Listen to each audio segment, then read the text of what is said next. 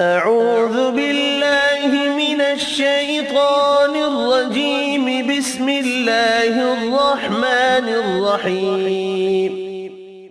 قل أوحي إلي أنه استمع نفر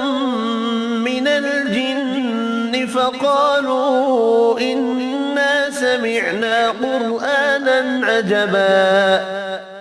يهدي إلى الرشد فآمنا به ولن نشرك بربنا أحدا وأنه تعالى جد ربنا ما اتخذ صاحبة ولا ولدا وأنه كان يقول سفيهنا على الله شططا وأنا ظننا أن لن تقول الإنس والجن على الله كذبا وأنه كان رجال من الإنس يعوذون برجال من الجن فزادوهم رهقا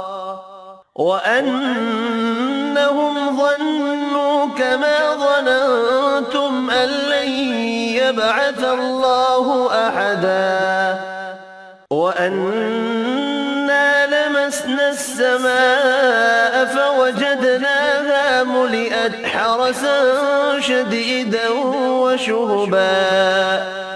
وأنا كنا نقعد منها مقاعد للسمع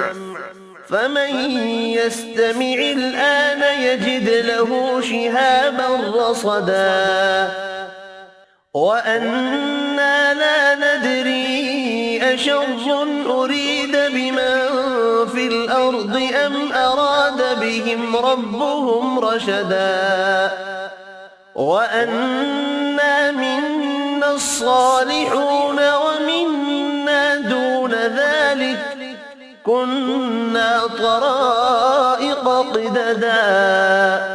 وأنا ظننا أن لن نعجز الله في الأرض ولن نعجزه هربا وأنا لما سمعنا الهدى آمنا به فمن يؤمن بربه فلا يخاف بخسا ولا رهقا وأنا منا المسلمون ومنا القاسطون فمن أسلم فأولئك تحروا رشدا وأما القاسطون فكانوا لجهنم حطبا والذي استقاموا على الطريقة لأسقيناهم ماء غدقا لنفتنهم فيه ومن يعرض عن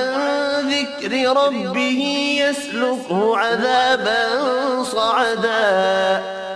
وأن المساجد لله فلا تدعوا مع الله أحدا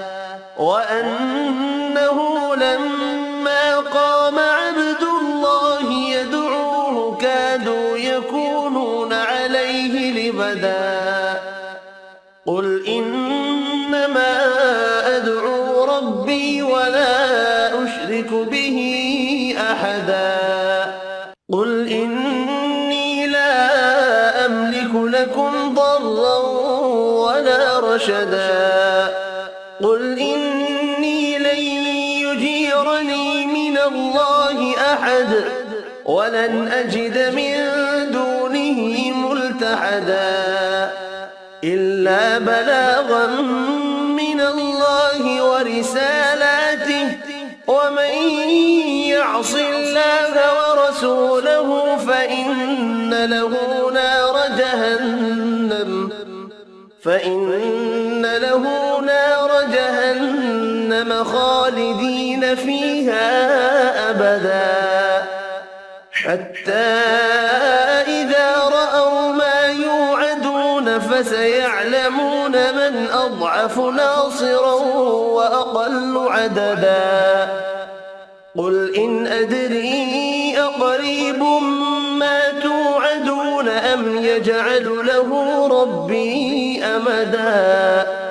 عالم الغيب فلا يظهر على غيبه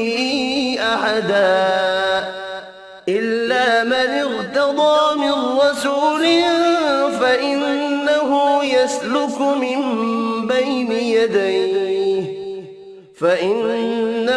يسلك من بين يديه ومن خلفه رصدا ليعلم أن قد أبلغوا رسالات ربهم وأحاط بما لديهم وأحصى كل شيء